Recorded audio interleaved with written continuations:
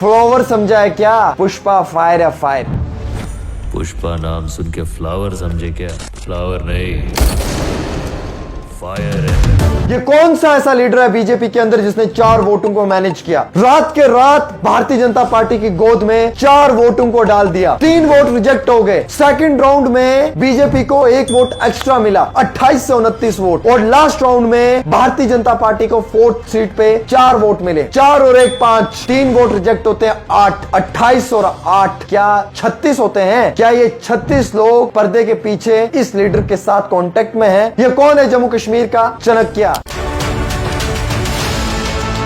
Intelligent, brilliant, clever leader. क्या ये सुनील शर्मा है जिसने उमर अब्दुल्ला के मुंह से 4 वोट निकालकर भारतीय जनता पार्टी की गोद में डाल दिए और बीजेपी को 28 से 32 पे ले गया और रातों रात मालूम नहीं चला कैसे बीजेपी को जीता गया? आप इस लीडर को बड़ा हल्के में ले रहे थे उमर साहब, पर ये तो पुष्पा फ्लावर नहीं फायर निकला, फायर। इसने तो सिस्टम को हिला के रख दिया। और जिसको लीडर ऑफ अपोजिशन लॉलीपॉप आप कहते थे, उस लीडर ऑफ अपोजिशन ने अपने रोल को प्ले किया। ये ना ही जम्मू का मुसलमान लीडर है और ना ही ये जम्मू का डोगरा लीडर है। ये कश्मीरी बोलने वाला एक हिंदू लीडर है और जम्मू का उभरता हुआ लीडर है। Leader of opposition Sunil Sharma. क्या गेम खेली है?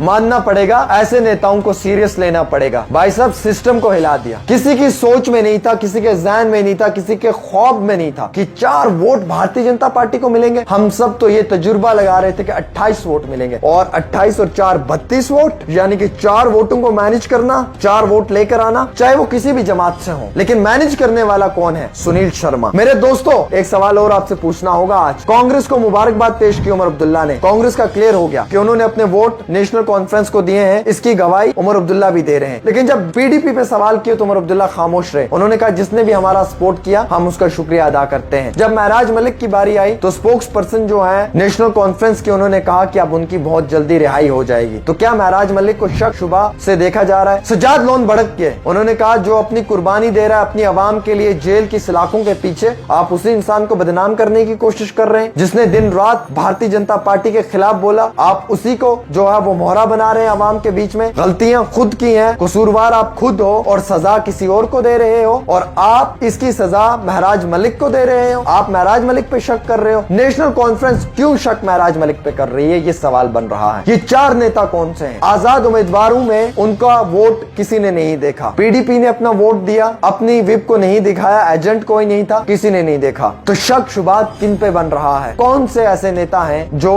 बिक गए, या हम यूं कहें जिन्होंने बीजेपी के खिलाफ इलेक्शन कंटेस्ट किया और असेंबली में बीजेपी के हक में वोट डाला? ये तो बड़ा सवाल है और इस सवाल के ऊपर जवाब लेना इंतहाई बहुत जरूरी है। एक छोटी सी रिपोर्ट आमिर सुहेल के साथ।